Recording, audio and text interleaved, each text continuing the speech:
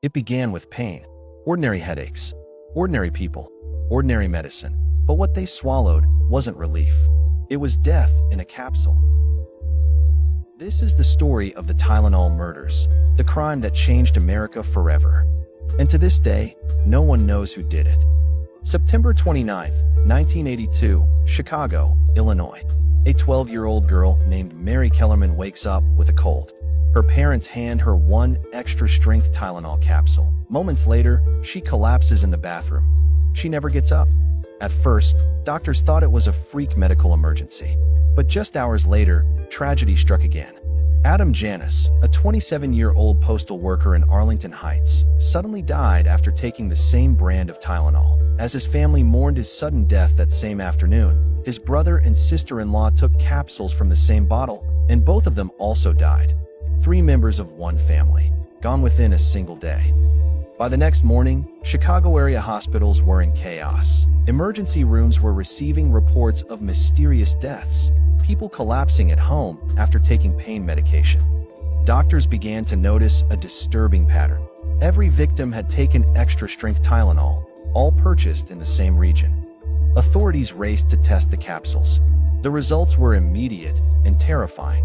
Each capsule contained potassium cyanide, a highly lethal poison capable of killing within minutes. Someone had tampered with Tylenol bottles, placing deadly capsules on store shelves across the Chicago area. Police launched one of the largest manhunts in U.S. history. Over 1,000 officers, FBI agents, and federal scientists joined forces to track down the killer. Johnson & Johnson, Tylenol's manufacturer, acted quickly. They issued a nationwide recall, pulling over 31 million bottles from store shelves. It cost the company more than $100 million, but it likely saved countless lives. A man named James W. Lewis eventually sent a letter to Johnson & Johnson, claiming responsibility for the poisonings and demanding $1 million to stop them.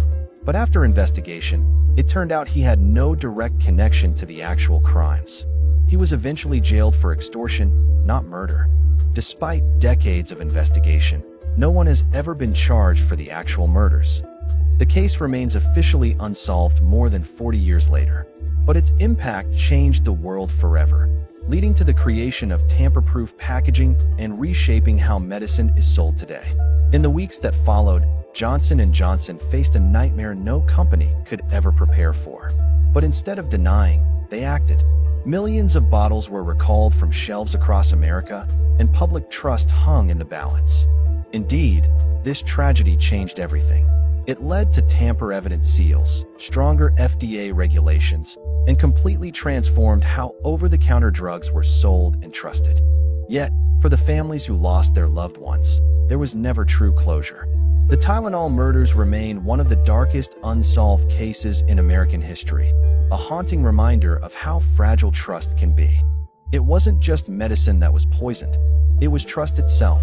This is the story of the Tylenol murders, and it remains unheard.